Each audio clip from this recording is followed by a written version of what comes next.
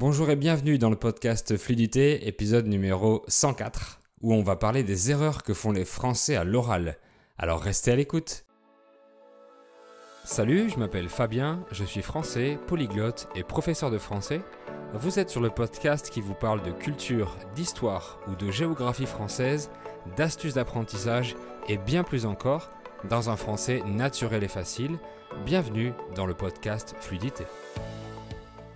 Avant de commencer, je vous invite à rejoindre notre club VIP. C'est un club privé sur Patreon où vous avez du matériel additionnel pour approfondir et étudier mes contenus et mes vidéos. Alors pour chaque épisode ou vidéo, vous avez la liste du vocabulaire en PDF, les transcriptions bilingues, la version audio MP3 à télécharger et un autre podcast où j'explique la grammaire que j'ai utilisée en contexte. Le club VIP, c'est aussi une communauté de plus de 250 membres maintenant. On a un groupe Telegram où on échange ensemble. Il y a aussi un forum Discord. On fait différentes activités pour pratiquer et pour que vous échangiez en français avec des amis et avec d'autres apprenants comme vous. Et vous pourrez aussi trouver ou partager des ressources avec les autres membres. Donc je vous mets le lien sur les plateformes de podcast et sur YouTube pour vous inscrire au club VIP. C'est seulement 5 € par mois et vous êtes libre de rester autant de temps que vous voulez. Si vous m'écoutez en audio, vous pouvez regarder la version vidéo sur YouTube avec les sous-titres en français, mais aussi dans d'autres langues selon votre niveau. Donc je vous laisse le lien de la vidéo YouTube dans la description de l'épisode. Alors j'ai fait un sondage sur ma chaîne YouTube pour savoir quel sujet vous préfériez et vous avez voté pour les erreurs des Français.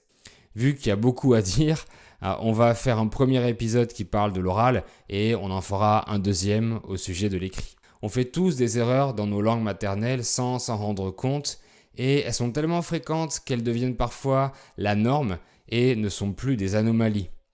Comme j'ai expliqué dans l'épisode sur apprendre comme un enfant, une langue est quelque chose de 100% implicite. Ça veut dire que pour parler, pour s'exprimer, on répète ce qu'on entend des autres et on fabrique des phrases à partir de morceaux qu'on a déjà en mémoire. Ça veut dire aussi que les gens sont incapables d'expliquer la grammaire de leur langue. Si un enfant ou un apprenant de votre langue vous demande si on dit de telle façon ou d'une autre, vous allez tout de suite savoir parce que vous savez que ça sonne bien, mais vous n'allez pas savoir l'expliquer. C'est juste parce que vous le savez par cœur. Vous n'avez pas appris à vous exprimer grâce à une série de règles. Par contre, elles vous ont permis de perfectionner votre expression. Vous n'inventez pas les mots que vous utilisez dans votre langue maternelle, vous les répétez des autres. Et donc, si vous entendez des erreurs dans votre langue et que vous ne savez pas que c'est incorrect, vous allez les faire à votre tour. Et encore une fois, si vous voulez bien parler en tant qu'apprenant de français, reproduisez ce que vous entendez ou lisez. Et pour ça, il vous faut de l'immersion massive. En très résumé, 90% du travail, c'est d'apprendre toute la langue par cœur et petit à petit s'améliorer avec la grammaire. Donc j'ai répertorié quelques-unes de ces erreurs sympas et comme ça, vous essaierez de ne pas les faire parce que je vais aussi vous expliquer la règle correcte. Mais vous inquiétez pas, si vous les faites, c'est normal vu que vous les avez entendues de la bouche des Français. Et n'oubliez pas que l'important, c'est d'être compris. Si on dit quelque chose et qu'on voit que la personne en face comprend, c'est gagné, le message est passé. Si tout le monde fait l'erreur, tout le monde se comprend. Par contre, si on est le ou la seule à faire une erreur et que les gens ne comprennent pas, ce sera plus problématique et on devra recommencer. Première erreur qui, selon moi, est la plus fréquente, c'est au sujet d'un mélange entre le conditionnel et l'imparfait. Le conditionnel, c'est le résultat d'une hypothèse. Et pour exprimer cette hypothèse, on doit utiliser l'imparfait. Par exemple, si tu pouvais venir demain, ce serait bien. Si tu pouvais venir demain, c'est l'hypothèse avec l'imparfait du verbe pouvoir. Ce serait bien, c'est le résultat de l'hypothèse avec le conditionnel du verbe être. Donc l'hypothèse avec le mot si s'exprime avec l'imparfait de l'indicatif et le résultat s'exprime avec le conditionnel présent. Mais beaucoup de Français diront si tu pourrais venir demain, ce serait bien. Donc, ils utilisent aussi le conditionnel présent pour l'hypothèse. Parfois, le mot « si » est même pas utilisé et ça donne « tu verrais le problème, tu serais surpris ». Au lieu de dire « si tu voyais le problème » à l'imparfait, tu serais surpris au conditionnel. Et du coup, c'est la même erreur avec la version passée de cette condition. On appelle ça l'irréel du passé. Donc, on fait l'hypothèse sur une action déjà passée. Par exemple, la phrase correcte est « Si tu avais su, tu aurais invité Paul ». Si tu avais su est l'hypothèse au plus que parfait. Et avec l'erreur, les gens disent « Si tu aurais su, tu aurais invité Paul ». Ou seulement « Tu aurais su, tu aurais invité Paul ». En plus, on met une apostrophe à « tu » et c'est de l'argot vu que c'est pas possible en théorie. Donc ça donne « T'aurais su, t'aurais invité Paul ». Vous voyez, on est très loin de la théorie. Une autre erreur très fréquente, c'est le mélange entre les fameux verbes apporter, emporter, amener et emmener. Alors, je vais vous les expliquer simplement. Les verbes qui terminent par porter, apporter et emporter, sont théoriquement utilisés seulement pour des objets. Et les verbes qui finissent par mener, donc amener et emmener, sont seulement pour les humains et tous les animaux. Voici comment les utiliser en théorie. Amener avec un A au début, ça veut dire transporter quelqu'un vers un point B. Donc, on amène un enfant à l'école en voiture. Parce qu'on le transporte de la maison vers l'école et on le dépose à l'école, on le laisse à l'école. Emmener avec en au début, EM, ça veut dire partir avec quelqu'un, prendre quelqu'un avec soi et partir. Bien sûr, il faut que la personne soit d'accord pour partir avec. Par exemple, on part en vacances et on emmène ta grand-mère. Donc peu importe la destination, on exprime le fait que la grand-mère vienne avec nous. D'ailleurs, les gens disent « je t'emmène avec moi », alors que c'est pas nécessaire de dire « avec moi » puisque c'est déjà dans le sens du verbe emmener. Ensuite, c'est le même principe pour les verbes qui terminent par porter, mais avec les objets. Apporter avec un A, ça veut dire transporter un objet vers un point B, un synonyme de livrer. Donc, j'ai apporté du vin pour le repas chez ma tante. On le remplace souvent par le verbe porter, comme « j'ai porté des chocolats à ma tante pour Noël ». Et pour le verbe emporter, avec en EM, ça veut dire partir avec un objet. Donc, j'emporte ma serviette pour aller à la plage. Mais la majorité des Français disent prendre ou prendre avec soi. Donc ça donne « je prends ma serviette pour aller à la plage » ou « je prends ma serviette avec moi pour aller à la plage ». D'ailleurs, si vous allez dans un restaurant rapide, la caissière va vous demander « sur place ou à emporter ?» Donc, elle vous demande si vous voulez manger ici sur place ou si vous voulez emporter le repas avec vous, si vous voulez prendre le repas avec vous et partir. Bon, à vrai dire, les Français ne connaissent pas du tout ces règles. L'erreur qu'on fait, c'est d'utiliser amener et emmener pour les objets aussi. Par exemple, la phrase correcte est « j'ai apporté un gâteau chez David » parce que le gâteau est un objet. Et avec l'erreur, on dit « j'ai amené un gâteau chez David ». Vu que la différence de sens est assez légère entre ces deux verbes et vu qu'ils se ressemblent, la deuxième erreur est qu'on utilise un verbe à la place d'un autre. Les natifs disent « je t'emmène à l'école » au lieu de dire « je t'amène à l'école ». En résumé, on les confond complètement. On passe à l'erreur suivante. Si vous avez pris des cours de grammaire, vous avez certainement appris la préposition chez, C-H-E-Z. On l'utilise pour exprimer à la maison de quelqu'un. Par exemple, je vais chez Jean demain, parce qu'on ne dit pas je vais à la maison de Jean demain. On l'utilise aussi pour remplacer le lieu de travail d'un professionnel comme si c'était sa maison. Donc on dira je vais chez le coiffeur parce que le coiffeur c'est le nom du professionnel.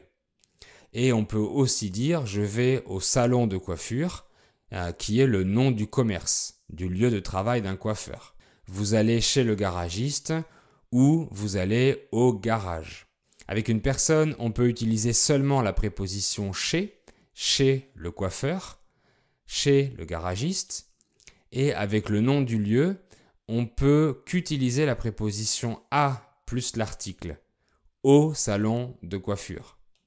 Du coup, vous entendrez sûrement un Français mélanger ces deux prépositions et dire de manière erronée « je vais au coiffeur » pour dire « je vais chez le coiffeur » ou autre exemple L'autre jour, j'étais au docteur pour dire chez le docteur. Et même avec l'erreur, on comprend parfaitement la phrase. Les prépositions sont les mots les plus difficiles à employer dans une langue parce que ce sont de tout petits mots qui très souvent ne changent pas le sens de l'idée. Si vous dites « je commence de manger », qui est une erreur pour dire « je commence à manger », la personne va comprendre la phrase. Donc le cerveau n'accorde pas d'importance à ce genre de petits mots parce qu'il a du mal à les remarquer et parce que ça ne change pas le sens.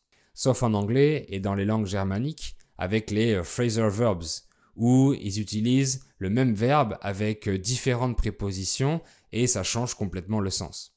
Donc si même les natifs font des erreurs de préposition, pour un apprenant ça demande beaucoup de travail pour arriver à bien les gérer. En plus d'énormément d'immersion et de la pratique de l'oral, c'est également bénéfique d'écrire pour prendre le temps de choisir la bonne préposition et être corrigé par un correcteur automatique ou un professionnel. Une autre erreur de préposition qu'on fait très souvent, théoriquement, on utilise « en » pour parler des moyens de transport dans lesquels on peut s'installer. Par exemple, il va au travail en voiture. Je partirai à l'école en bus. Parce que « en » est synonyme de « dans » qui veut dire « à l'intérieur de ». Mais pour les moyens de transport sur lesquels on peut monter, par exemple un vélo, une moto, une trottinette ou un cheval, on utilise la préposition « à ». Donc on est censé dire « je vais au travail à vélo, à moto, à trottinette ». Parce que ce n'est pas à l'intérieur d'un véhicule. Mais les gens se trompent et disent « je vais au travail en vélo, en moto ou en trottinette ». Par contre, on dit en roller ou en skate, donc c'est un peu illogique. Bref, là aussi, c'est un tout petit mot sans importance pour le cerveau, ni pour la compréhension. Encore une erreur de préposition, c'est avec le verbe se rappeler. Les Français disent se rappeler de quelque chose. Par exemple, je me rappelle de cette journée. Alors que théoriquement, il n'y a pas la préposition de avec ce verbe. Alors on devrait dire je me rappelle la soirée. Donc le complément d'objet est direct, avec le verbe se rappeler. Et ça provoque une autre erreur, puisqu'on n'utilise pas les mêmes pronoms si c'est un objet direct ou indirect. Par exemple, le pronom en remplace un objet indirect, de quelque chose. Si on dit à un Français « Tu as aimé mon cadeau ?»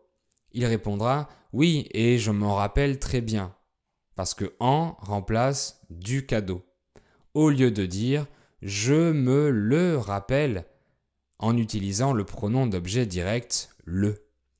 Cette erreur arrive parce que le verbe se rappeler est synonyme du verbe se souvenir. Mais se souvenir s'utilise avec la préposition de. Donc théoriquement, ce serait se rappeler quelque chose et se souvenir de quelque chose. Honnêtement, j'ai presque jamais entendu quelqu'un dire se rappeler quelque chose et ça sonne très bizarre pour nous d'entendre la version sans l'erreur. On passe à la suivante et c'est encore et toujours une erreur de préposition. Cette fois, un mélange entre la préposition à et la préposition de. À votre avis, on doit dire c'est l'ami à Marie ou c'est l'ami de Marie. Écrivez votre réponse dans les commentaires avant d'écouter l'explication. Alors on dit c'est la voiture de Marie. Mais les Français font l'erreur et disent c'est la voiture à Marie. Et oui, pour marquer la possession, on utilise la préposition de entre l'objet, la voiture, et la personne qui le possède, Marie. Mais on dit cette voiture est à Marie. Et on va poser la question à qui est cette voiture avec le verbe être. Parce que entre le verbe être et le nom Marie, on doit utiliser la préposition à, accent grave. C'est pareil avec le verbe appartenir. On dit cette voiture appartient à Marie ou on pose la question à qui appartient cette voiture. C'est pour cette raison que les gens se trompent et confondent les deux prépositions. Donc, la voiture de Marie, mais cette voiture est à Marie. Passons à une erreur de conjugaison maintenant. Si je vous demande de conjuguer le verbe voir à la troisième personne du pluriel, Par exemple, les gens. Comment on dit? On dit les gens voient. Et si je vous demande de conjuguer croire aussi à la troisième personne du pluriel, la réponse est mes amis croient. Eh bien, vous allez peut-être entendre des Français dire les gens voient ou mes amis croient ou dans le pire des cas, mes amis croivent. Et oui, même pour les natifs, les verbes irréguliers sont difficiles à conjuguer. Il faut dire aussi que si on prend le verbe boire, on dira mes amis boivent et croire ressemble à boire. Donc on peut facilement se tromper. Et sinon, il y a des verbes irréguliers qu'on ne sait jamais conjuguer, comme le verbe bouillir. Donc on ne le conjugue pas et on préfère dire faire bouillir et on conjugue seulement le verbe faire. Donc on dira vous faites bouillir les carottes avec le verbe faire bouillir au lieu de vous bouillez les carottes. Bon, il y aurait encore d'autres erreurs à l'oral, mais j'ai juste parlé des plus connues. Et la prochaine fois, on fera les erreurs à l'écrit. Voilà, j'espère que vous avez appris plein de français, de vocabulaire et de grammaire. Réécoutez plusieurs fois pour bien assimiler jusqu'à comprendre l'audio seul, presque entièrement, et augmenter votre compréhension. Et si vous êtes resté jusqu'ici, l'épisode vous a plu, donc mettez un petit like et abonnez-vous sur YouTube. Salut et à bientôt!